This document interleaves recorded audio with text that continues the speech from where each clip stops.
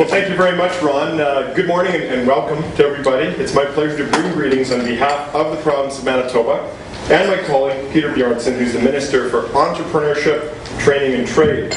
Now, when you see he's gone down, he literally has gone down. He's gone down to Guadalajara, Mexico, where he's on a trade mission with some Manitoba companies to keep trying to open up those channels of trade and find more markets for our goods.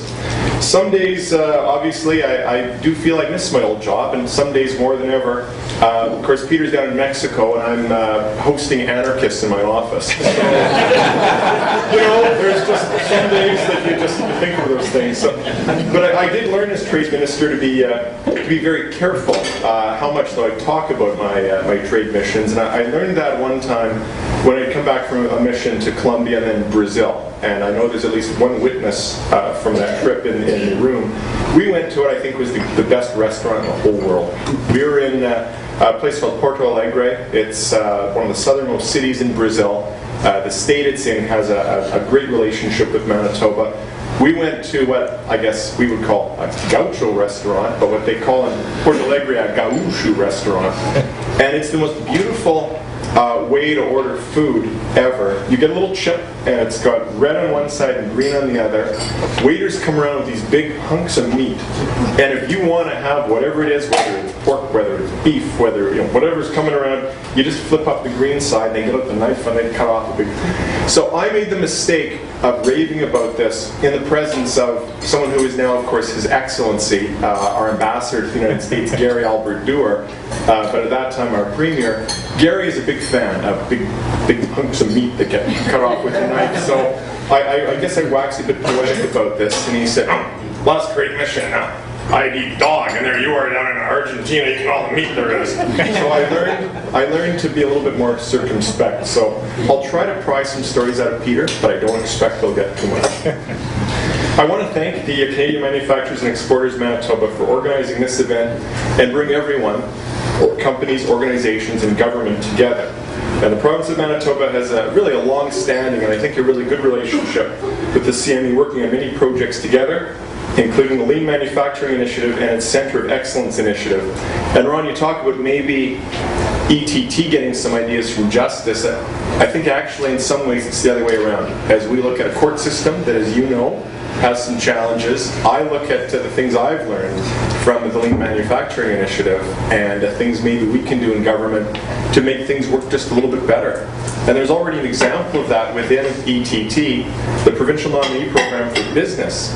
About 2 years ago, underwent a bit of a transformation, and we actually used the ideas from the Advanced Manufacturing Initiative within government, and we reduced the amount of time it took to process an application, I think from 6 or 8 months down to about 2 or 3 months, without having to add more staff, without having to spend more of your money to bring more and more people to Manitoba. So there's a lot of things we can learn in government, and I promise you we're going to keep listening to come up with those ideas.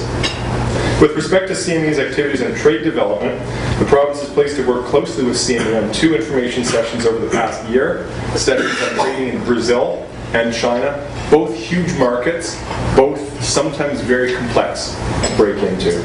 The focus of today's event is small to medium-sized enterprises, SMEs, entering and expanding markets, and of course that's very important.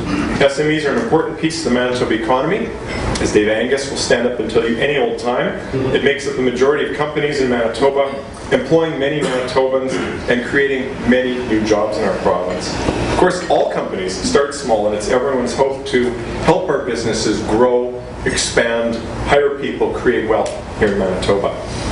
As you're all aware, trade is very important to the economic well-being of our province.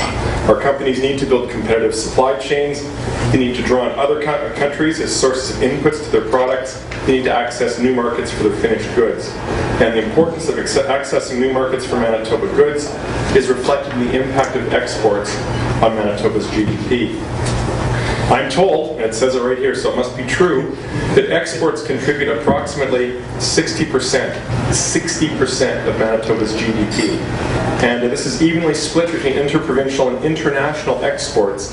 And in fact, Manitoba continues to be the province which is most engaged in international trade.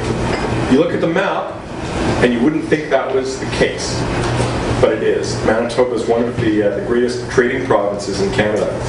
And our government is supportive of companies growing through trade. We speak about it in the throne speech year after year, and we recognize the increasing importance of the BRIC markets, Brazil, Russia, India, and China. And as I say, we also recognize the complexity of your businesses breaking into markets like those. As well, the formation of a council on international trade was announced. The council has been established and has since created and published its trade strategy for Manitoba. So let me talk just a little bit before I go about what we're doing within our government. Our efforts on trade development are channeled through Manitoba Trade and Investment, a branch within the Department of Entrepreneurship, Training and Trade. Manitoba Trade and Investment is the province's lead agency on trade development. It's been active for over 15 years. As many of you know, Don Callis, who's the director, is a former professional wrestler, so he will wrestle anybody to the ground to get you markets, to get you deals. Of course, we work with Manitoba companies who are interested in exporting, who are ready to export maybe for the first time, or who are expanding into additional new markets. There's 4 general services that Manitoba Trade provides to companies in the area of export development. First, the staff consults with Manitoba's SMEs to help them become export ready, provide advice on how companies can enter those new markets. Number 2, we identify key events and we organize group participation in trade shows and export markets. Third, we organize missions for both outbound and inbound buyers. And fourth, we also have representatives in 4 key international markets. For many decades, actually, we've had representatives in China and Europe. In the past 4 years, we've added representatives in India and Mexico, too, to make it easier for you to go to those markets and do what you need to do. These reps work with Manitoba companies. They identify if there's a fit for the company's products, and they provide on-the-ground assistance to help you penetrate those markets. Manitoba Trade and Investment worked with over 400 Manitoba companies and organizations on market development activities last year, and they organized 55 outbound activities. An example, and I was disappointed because I never got to go in my time as minister, was the mission to Golden Autumn, which is a massive agricultural machinery show in Russia, which yielded over $50 million in projected sales for Manitoba companies. Just last week, Manitoba Trade and Investment led over 20 companies to the Agritechnica trade show in Hanover, Germany, a record number of companies for Manitoba. Included 21 different markets, our missions in the past year, and the staff at Manitoba Trade and Investment for Manitoba companies over 460 years of combined experience in international business and trade. Our trade representatives speak just about every language you need to work in to get there, and they are quite keen to help you out. So growing one's company requires access to markets. I know you'll hear there's a great program today. I've had a chance to look at it from a number of people, experts from within and without Manitoba.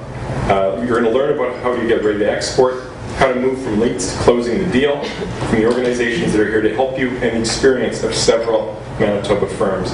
I hope today's event will help you move your company forward to new markets, because if you getting out there and finding new markets, making those sales benefits all of us in the province of Manitoba. If you want to learn more about Manitoba Trade and Investment and how they may help you, there's several representatives here today. Just like the Jets, we're growing our team through draft choices and also trades. We've got 2 of our high-level draft choices here. We got Sean Hogan, if you just want to stand up and wave. Another draft choice, Brad Havocks. Brad, there you are. And also, we just made a trade a couple of months ago, and we pulled over Rod Higgins from IAM. Rod, welcome. And they are quite prepared to help you.